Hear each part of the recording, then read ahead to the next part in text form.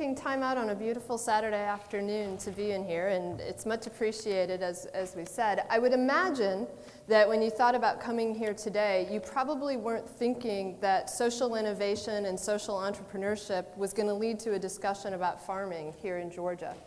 And I can tell you that my parents didn't think that I would be farming here in Georgia when they supported me through law school and launched me on my corporate international career in law.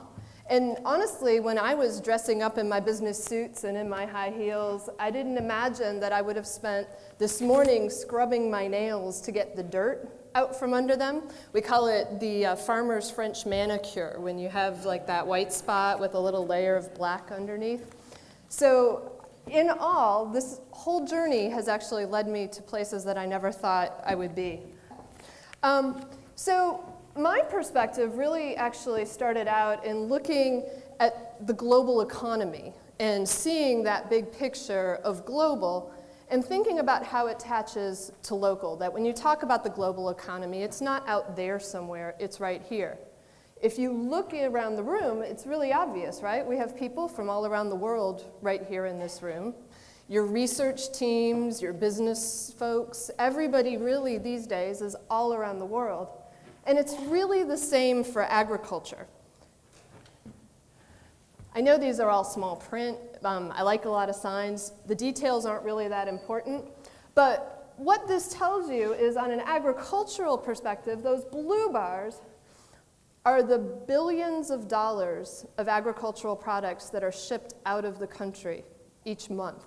That's 1 year's worth. So every month is almost $12 to $14 billion of agricultural products that are shipped out of the United States.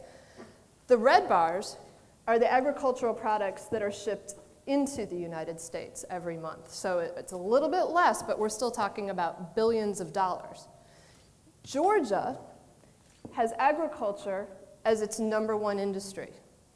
The product value alone for Georgia's agriculture is $11.6 billion, or it was a couple of years ago, last time I looked at the statistics and they had them all compiled.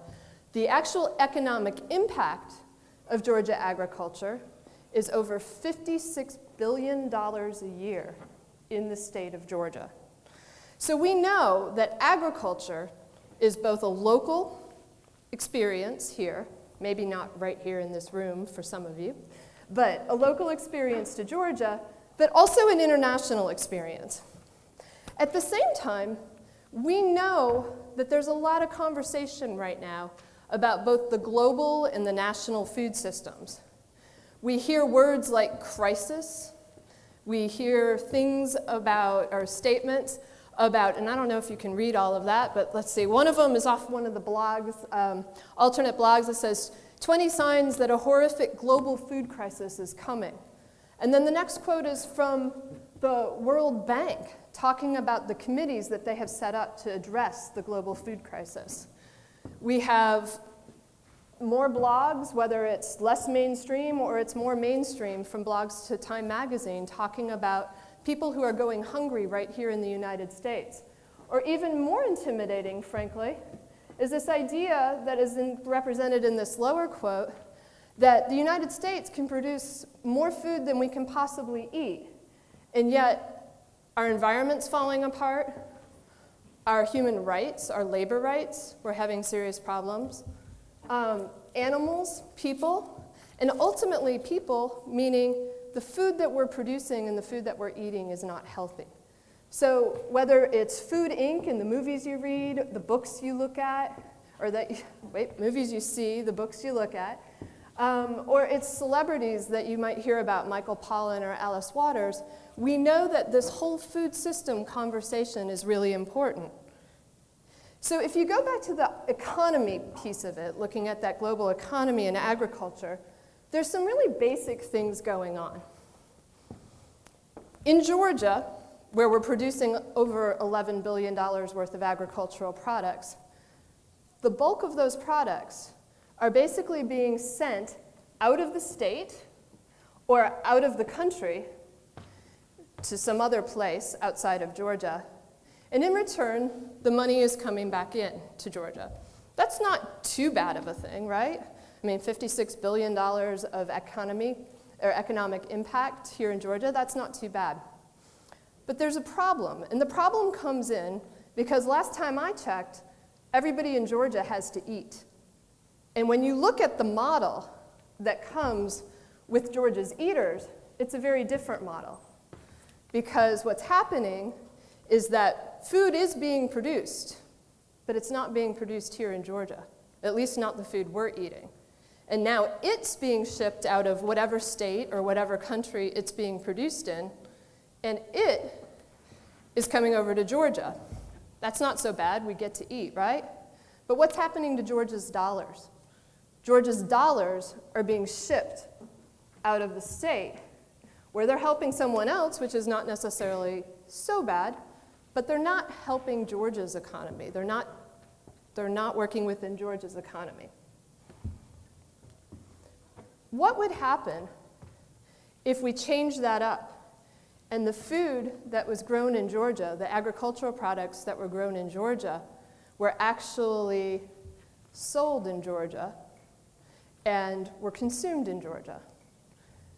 The impact would probably be, they've done studies to show that over $6 million worth of product would help to close that gap. In other words, there's $706 million worth of vegetables and other produce that could be produced here in Georgia and sold here in Georgia. There's enough demand for it. And that would in turn generate billions of dollars of Georgia dollars staying in Georgia and increasing the economic activity and the economic benefit to our state alone. The other piece that's really important when you consider that, when we consider not just the economy, is those issues about the crisis. If we're producing food in Georgia, we have the opportunity for oversight, for food safety, for having fresh and healthy vegetables that will help people not be dealing with issues of obesity. We'll have people who are having jobs. So we have all different kinds of ways of bringing the local food system here and starting to resolve some of those issues that people talk about when they talk about a food crisis. So, what's happening in Georgia right now? We're giving away our money in order to eat. And frankly, with environmental sustainability and many of the other issues that are floating around, we're giving away our world a bit. What do? We rebuild the local food economy. We address this issue. In Georgia, we have a lot of resources. And ultimately, if you're going to deal with building a local economy of any sorts, the food economy or others, you have to look to what those resources are. And it might come as a surprise that there are some tremendously good international resources that are right here in Georgia. In DeKalb County, which actually is facing a lot of economic challenges, we have poverty rates that are some of the highest in the state. Do you know, in DeKalb County, 1 in 5 children goes to bed hungry every single night. We also have food deserts. Food deserts are places where people can't actually get access to produce. They can't get fresh food because the only thing they have are local gas stations or quick marts. That's the only place they can go to buy their food and get to reasonably because there's either no public transportation or the nearest grocery store is a 5-mile walk away, and not everybody can afford a car. And these days with the MARTA rates, you can't even afford a round-trip bus or a train ride. We also aren't producing very many vegetables in DeKalb County. You can see DeKalb up there. It's white. That's because it's not even in the lowest category of the amount of food that we're actually producing.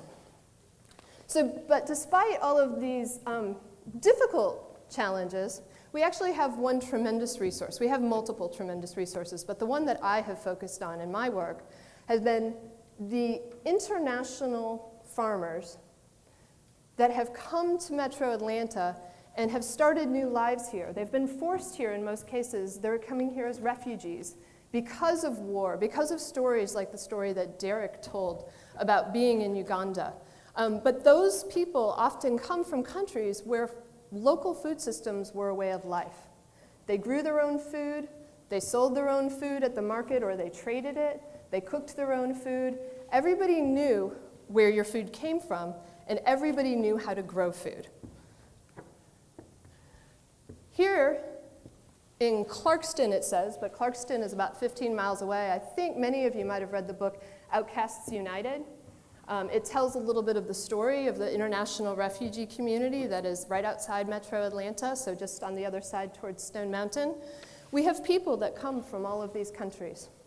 Probably close to 50,000 people have come to Metro Atlanta in the last 25 years. The most of them are international farmers. And these are the international resources, the local resources now that we tap into through global growers. We turn to these people as experts in growing food and help them to connect to opportunities to grow food here in Metro Atlanta and throughout Georgia. You can see that we have, from the pictures, and these are all just kind of quick pictures to take a look at, we have a network of farms and different gardens that are through Metro Atlanta to provide opportunities to grow good food. We train farmers. We train farmers about the local climate, about the soil, about the conditions that they need to be able to grow food well here in the United States. And we provide economic opportunity by getting them to farmers markets, helping them understand the technique, the business operations, how you sell food and you make money here in Georgia. This year, we're planning to have about 200 families growing food in Metro Atlanta, many of whom are going to be going through the training they need to go on and become independent farmers. And we anticipate more than $25,000 coming in revenue and sales.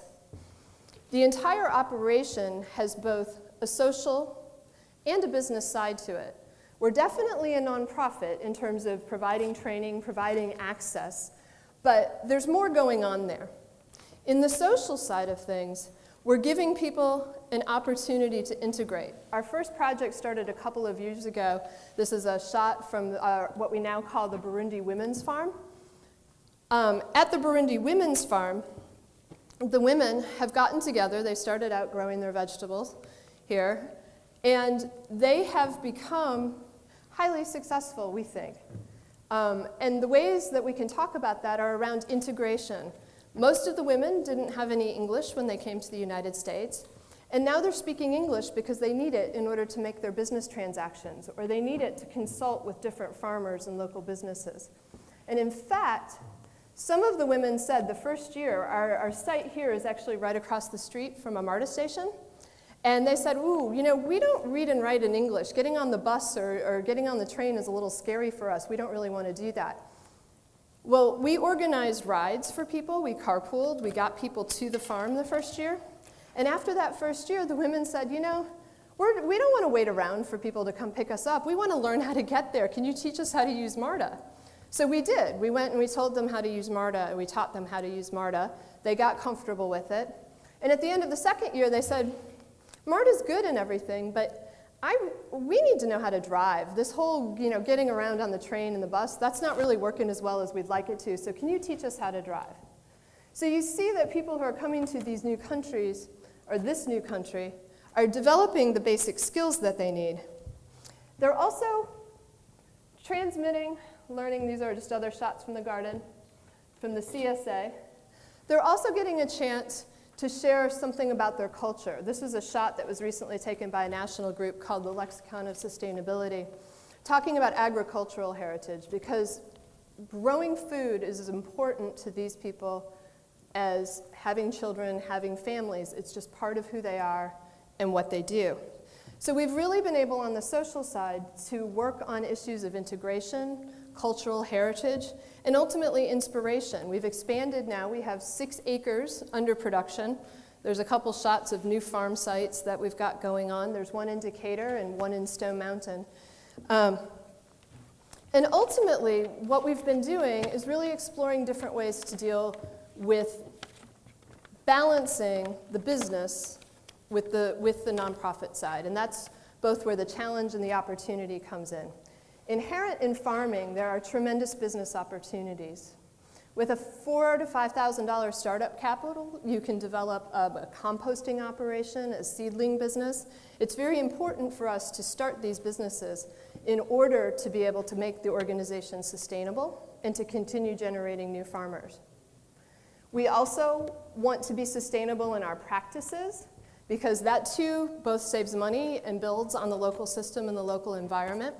We're in conversations now with getting something as simple as composting toilets put in at our different farm sites so that we don't have to actually run plumbing lines out to the farm sites. That costs thousands of dollars, and it's a constant bill, whereas if we put in composting toilets, just like a solar pump or a solar-powered pump for the water that we are bringing in, we can be more sustainable for ourselves financially, but also environmentally. And then ultimately, the entire food system. The entire food system has lots of different places where there are gaps. If we're going to build a local food economy, we have to figure out, how do we get those farmers out there? How do we increase the land that is under production? Because you don't go from 0 to $706 million in vegetable production overnight. And then you have to figure out how to get it places. You need to figure out how to get it from down in South Georgia up to Metro Atlanta, or all around, depending on what's going on. So all of these are different social and business and social entrepreneurial opportunities that are there in building our local food system. Ultimately, a study came out a couple years ago that says here that if the 3.7 million households in Georgia just spent $10 a week on Georgia's local food, the impact would be well over $1 billion here in the state of Georgia. For us, that's a lot of opportunity. There's money to be made, there's good to be done in building the local food system, and that's the challenge that we're grappling with at Global Growers. Thanks.